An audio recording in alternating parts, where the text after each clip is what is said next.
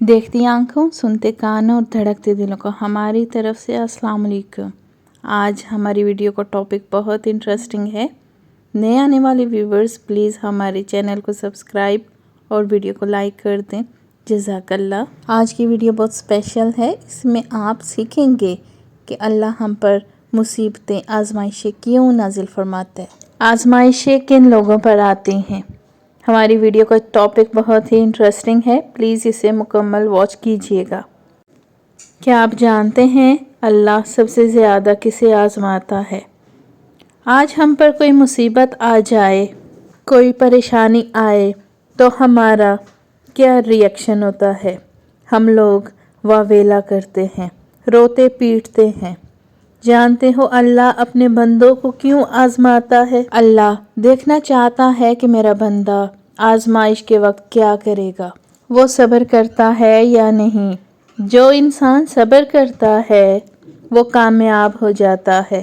اللہ انسان کی صلاحیتوں کو نکھارنے کے لیے آزمائش بھیجتے ہیں تاکہ اس کا ایمان نکھر کے سامنے آئے، اس کا اللہ پر توکل مضبوط ہو۔ اللہ پاک انسان کو مختلف طریقے سے آزماتا ہے، کبھی نعمت دے کر اور کبھی نعمت چھین کر۔ آزمائش تو پھر من پسند چیزوں سے ہی شروع ہوتی ہے۔ زندگی آزمائشوں کا سمندر ہے۔ کسی سے لے کر آزمایا جاتا ہے تو کسی کو بے تحاشا دے کر آزمایا جاتا ہے۔ بس کہیں صبر کی اور کہیں شکر کی آزمائش ہے۔ حضرت علی رضی اللہ عنہ سے کسی نے پوچھا، یہ کیسے پتہ چلے گا کہ جو پریشانی یا مصیبت ہم پر آئی ہے وہ اللہ کی طرف سے آزمائش ہے یا ہم پر اللہ کی طرف سے سزا ہے؟ تو آپ نے جواب دیا، جو مصیبت تجھے اللہ کی طرف لے جائے وہ آزمائش ہے، جو مصیبت تجھے اللہ سے دور کر دے وہ سزا ہے۔ آزمائش آنے پر اگر مایوس ہو جاؤ گے تو اس کے قریب کیسے ہو پاؤ گے؟ جان لو اگر صبر سے کام لو گے تو اس کے پسندیدہ ہو جاؤ گے۔ کوئی مصیبت اللہ کی اجازت کے بغیر نہیں پہنچ سکتی۔ جو اللہ پر ایمان لائے اللہ اس کے دل کو ہدایت دیتا ہے اور اللہ ہر چیز کو خوب جاننے والا ہے۔ حضرت ابن عباس رضی اللہ عنہ نے فرمایا، اللہ کا بندے کے دل کو راہ دکھانے کا مطلب یہ ہے کہ اللہ اس کے دل کو یقین عطا کر دیتا ہے۔ اس سے بندے کو یہ علم ہو جائے گا کہ جو مصیبت اس تک پہنچ گئی وہ اس سے ٹل نہیں سکتی تھی، اور جو مصیبت بندے سے ٹل گئی وہ اس تک نہیں پہنچ سکتی تھی۔ اللہ جب آزمائش میں ڈالتا ہے تو صبر بھی دیتا ہے۔ پھر یہ فکر کیسی؟ اللہ پر یقین رکھو، وہ تمہیں اکیلا نہیں چھوڑے گا، بہت جلد تمہاری ساری دعائیں قبول ہوں گی۔ شیخ سعدی رحمۃ اللہ سے کسی نے پوچھا کہ حال کیسا ہے؟ تو جواب دیا، اللہ تعالیٰ کی نعمتیں کھا کھا کر دانت ٹوٹ گئے ہیں، لیکن زبان ناشکری سے باز نہیں آتی۔ ہم جانتے ہیں کہ اللہ صبر کرنے والوں کے ساتھ ہے، اور پھر بھی ذرا سی آزمائش سے صبر کھو بیٹھتے ہیں۔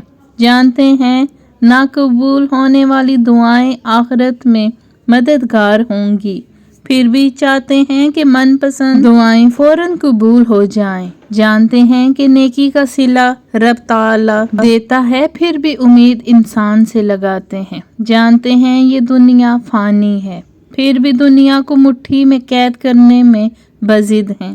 جو مل رہا ہے اس کا شکر ادا کرنے کی بجائے جو نہیں ملتا اس کا گلہ کرنے لگ جاتے۔ صبر کرنے اور صبر آ جانے میں بہت فرق ہوتا ہے۔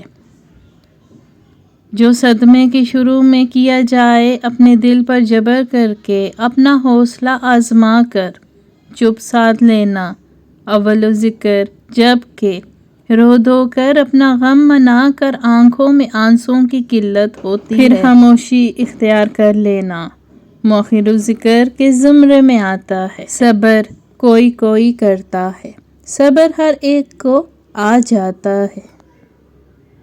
انسان پر جو حالات آتے ہیں دو قسم کے ہوتے ہیں، ایسے حالات جو طبیعت کے مطابق ہوں اور خوش کن ہوں، اور دوسرے وہ حالات جو طبیعت کے منافی ہوں اور ناگوار ہوں۔ تو ان حالات میں ابدیت یہ ہے کہ یوں سمجھے حق تعالی مجھے قرب عطا فرمائے گا۔ خوشگوار حالات پر تو شکر کروں گا اور ناگوار حالات پر صبر کروں گا۔ یاد رکھو، جو کچھ اللہ تعالی نے تمہارے نصیب میں لکھ دیا ہے وہ تمہیں مل کر ہی رہے گا اور بہترین ملے گا، کیونکہ لکھنے والی ذات 70 ماؤں سے بھی زیادہ پیار کرتی ہے۔ تمہاری دعاؤں پر کن کہہ سکتی ہے، مگر ایسا نہیں ہو سکتا وہ تمہیں نوازنا بھول جائے۔ وہ نوازتا ہے اور ضرور نوازے گا، لیکن وقت سے پہلے نہیں۔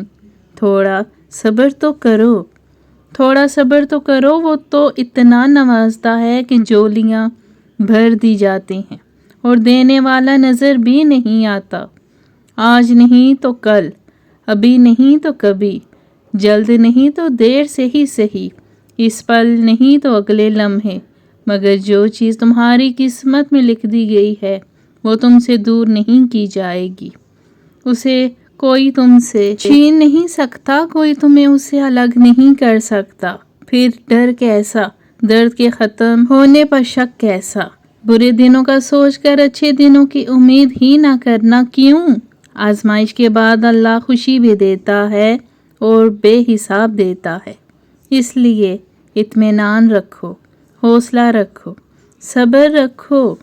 یہ سوچ کر خود کو پریشان مت کرو کہ میرے پاس یہ نہیں ہے یا مجھے اللہ نے یہ نہیں دیا۔ دعا کرو، نماز پڑھو اور اللہ پر چھوڑ دو۔ جب ہم اس رب پر کامل یقین رکھتے ہیں تو وہ ہمیں اکثر دکھائی دینے لگتا ہے۔ وہ ہمارے بہت بڑے مسائل کو اچانک حل کرتا نظر آتا ہے تو بھی ہمارے بے چین دل کو راحت دیتے نظر آتا ہے۔ اس رب پر کامل یقین ہمیں دل کا وہ نور عطا کرتا ہے کہ ہمیں ہر لمحہ ہمیں رب آس پاس موجود لگنے لگتا ہے۔ جب ہم اس پر یقین پختہ کرتے ہیں تو وہ ہمیں بہت سی چیزوں میں اپنا معجزہ دکھائی دیتا ہے۔ یوسف علیہ السلام جانتے تھے سارے دروازے بند ہیں، پھر بھی بند دروازے کی طرف دوڑ پڑے تھے اور خدا نے ایک ایک کر کے سارے بند دروازے کھول دیے۔ کبھی اگر لگے کہ تمہارے لیے بھی دروازے بند ہیں تو جان لو کہ تمہارا اور یوسف کا رب ایک ہی ہے۔ اور جب انسان کو تکلیف پہنچتی ہے تو لیٹا اور بیٹھا اور کھڑا ہر حال میں ہمیں پکارتا ہے۔ اللہ کہتا ہے پھر جب ہم اس تکلیف کو اسے دور کر دیتے ہیں تو وہ بے لحاظ ہو جاتا ہے اور اس طرح گزر جاتا ہے گویا کسی تکلیف پہنچنے پر ہمیں کبھی پکارا ہی نہ تھا۔ اس لیے خوش رہنا سیکھو اور ارد گرد رہنے والوں کو بھی خوش رکھنا سیکھو۔ جو خاموش ہے اس کی خاموشی سنو اور جو کچھ کہنا چاہتے ہیں اس کی بات سنو۔ کون اچھا ہے، کون برا، کون نیک ہے اور کون گنہگار، اس کا فیصلہ اللہ پر چھوڑو۔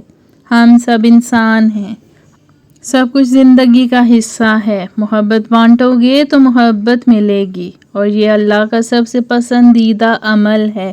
اور یاد رکھو، انسان سے محبت وہی کرتا ہے جس پہ اللہ مہربان ہوتا ہے، کیونکہ جب وہ مہربان ہوتا ہے تو محبت سے نوازتا ہے۔ وہ نصیب لکھنے والی ذات جو دلوں میں خواہش ڈالتی ہے وہ ان خواہشوں کو نصیب میں بدلنے پر بھی قادر ہے، اور وہ ایسا وقت بہت جلد لائے گا جب آپ اپنی آنکھوں سے اپنے لیے معجزے ہوتے دیکھو گے۔ ناظرین کرام، امید کرتی ہوں آپ کو ہماری آج کی ویڈیو پسند آئی ہوگی۔